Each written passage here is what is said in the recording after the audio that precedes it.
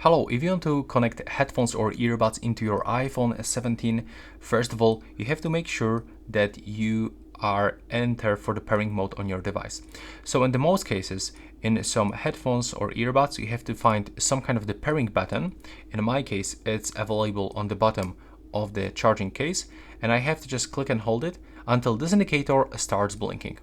And it is blinking sometimes in the blue color, sometimes blue and white. In the Samsung buds, we got three different colors: green, blue, and red. So it depends of the phone model. But in the most cases, when you got earbuds, you have to open the case, put both earbuds inside, and use that pairing button. Now, on your iPhone 17, just go for the Bluetooth, turn it on by using that switcher, and search for other devices. You have to be patient, and you have to wait until this device appears over here.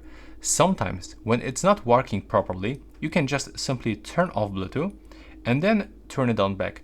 This simple process will allow you to find other devices, like in my case, I'm connecting Galaxy Buds 3. And that's pretty much it. Thanks for watching.